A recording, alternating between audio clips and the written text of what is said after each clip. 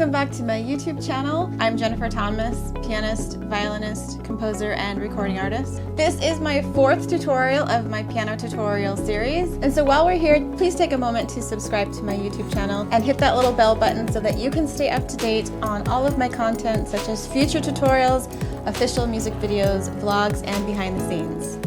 Okay, so if this is your first time watching one of my piano tutorials, how this works is the first half of the video I do what is sort of a mini piano lesson where I cover fingering, technique, and difficult passages. And in the last half of the video, you get to watch my hands playing the full song as well as seeing the MIDI score coming down. As always, you can find all of my sheet music on my website, jenniferthomasmusic.com, in digital PDF downloads, physical songbooks, digital songbooks, and you can also find a portion of my catalog on musicnotes.com. I do compose and transcribe all of my music, so don't be a pirate and please download a legal copy of the music.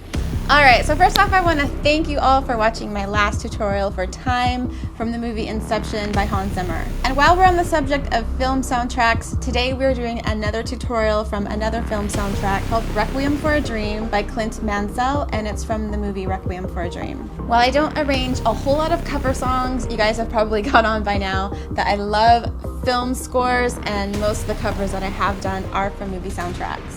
While I've actually never seen the movie Requiem For a Dream, I have definitely heard the song in so many epic movie trailers as well as other soundtracks. Fun little fact about this song is that the original version from the movie Requiem For a Dream was actually quite slow. The version of the song that you're actually probably most familiar with actually became popular from the movie trailer of The Lord of the Rings: The Two Towers, where 3 film composers whose names I totally cannot pronounce took the song, sped up the tempo, made it for choir and orchestra, and turned it into this epic battle song.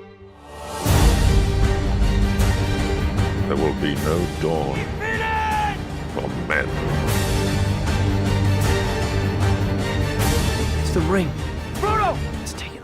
This is also why you sometimes see the song titled Requiem for a Dream, as well as Requiem for a Tower. The Tower version actually is referencing the faster, epic version that was from the Lord of the Rings trailer. Which is also why on my official music video for the song, I decided to name it Requiem for a Tower, because it's referencing the Tower version of the song. Another fun fact is this was actually my very first solo music video that I filmed and put out, and this is also my most popular song across all streaming platforms.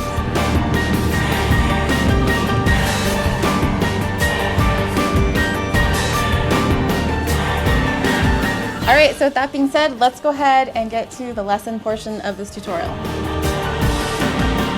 Alright, so the lesson portion of this tutorial is going to be fairly quick because the arrangement is pretty straightforward. However, there are a few technique things that I want to go through with you to help make it easier for you. One of the biggest challenges of my arrangement is that there are a lot of big chords and octaves, and it's pretty easy to tire your hands out quickly. A big mistake that a lot of piano players make when playing octaves is that they're too stiff, and also they don't have proper alignment. Let's just take measure 18 for example, where in your right hand you have a lot of repetitive octaves.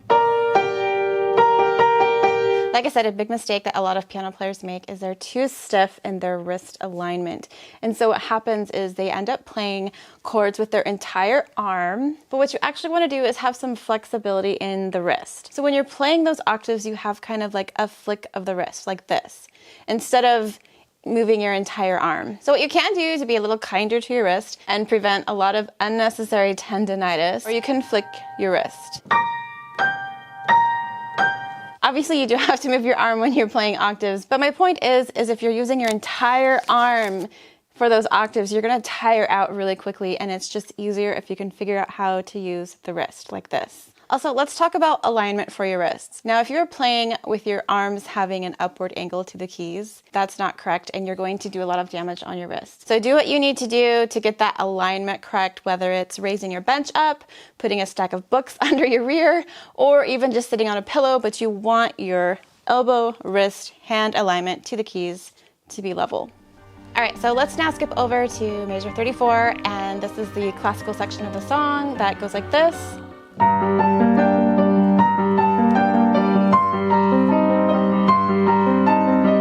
Alright, so in the left hand, I just want to show you some basic finger maneuvering there that's going to help you. Alright, so we start out with a G octave. Once I play the G with my 5th and my 1st finger, I move my hand up. So the trick is on the last 2 G notes of that 16th cluster, you're going to do a switch of the 5th and 1st finger. So watch how I do that right now.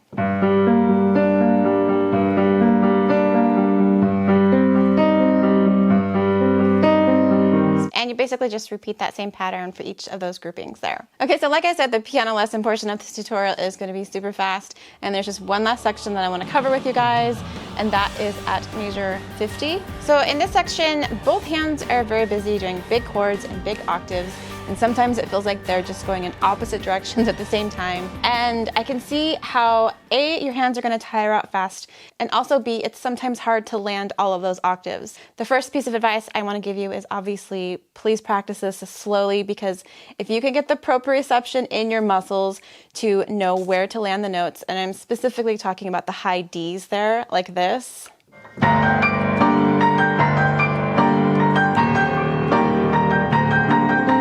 Get your proper alignment with your wrist. Do more flicking of the wrist, not involving the entire arm. You're going to tire out faster if you do it that way. And also the other challenge is just nailing that high D every time you have it, which I don't know how to explain it other than you memorize the space between the notes and your muscles just know what to do. And so instead of looking every time and reaching for that note, you're going to know it's an approximate space in between the notes, and your muscles are going to memorize that. All right, so that's it for the piano lesson, short and sweet. Let's now get to what I know you guys are all waiting for, which is the overhead shot of my hands playing the full song, as well as getting to see the MIDI score coming down.